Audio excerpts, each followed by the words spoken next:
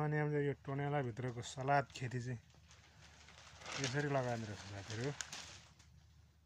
यसरी ड्याङ ड्याङ बनाएर पुरा बिचमा पाइपहरू राखेर यसरी चाहिँ लगाइँदो रहेछ। यो पाइपहरू चाहिँ पानीको र त्यो पानी सँगसँगै यसमा चाहिँ केमिकलहरू मिसाएर हालेको हुँदो रहेछ, जसले गर्दा चाहिँ यो छिटो बढ्न हरियो हुनको लागि चाहिँ मद्दत गर्दो रहेछ।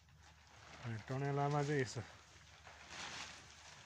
माथि यस्तो माथि पनि यसरी चाहिँ पाइपहरू फिटिङ गरेर राखेको हुँदो रहेछ। यसबाट पनि पानी केमिकलहरू चाहिँ यहाँबाट तल झार्ने गर्दो रहेछ। टनेला यसरी 2 स्टेपको हुँदो रहेछ, आधी छाना अर्कै र भित्री फेरि अर्को तह छुट्टै बनाएर चाहिँ राखेको हुँदो रहेछ। नेपालमा चाहिँ यसरी बाँसहरू गाडेर बनाएको हुन्थ्यो, तर यहाँ चाहिँ यसरी बाँसको सट्टामा पुरै फलामको ट्रस जस्तै बनाएर चाहिँ बनाएको हुँदो रहेछ। यस्तो छ सलाद खेती टनेला भित्रको। यसरी टनेला भित्र यसरी खेती गरिन्छ भने बाहिर चाहिँ अब अहिलेसम्म कुनै पनि खेती लगाएको छैन। अहिले चाहिँ पुरै खाली छ।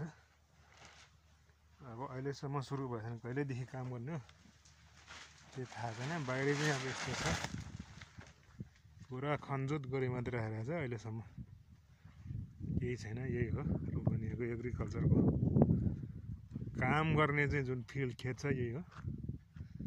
यस्तो छ साथीहरू, हेर्नुहोस् टनेला चाहिँ यस्तो भित्र मैले बाहिर चाहिँ यस्तो यसरी बनाएको हुँदो रहेछ। यसमा चाहिँ यो टनेलातिर अहिले सबै सलाद मात्रै छ, अरू खासै केही छैन। र अझै यतातिर चाहिँ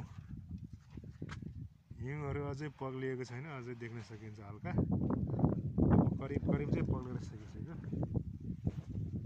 यस्तै छ, यो पनि सलाद हो।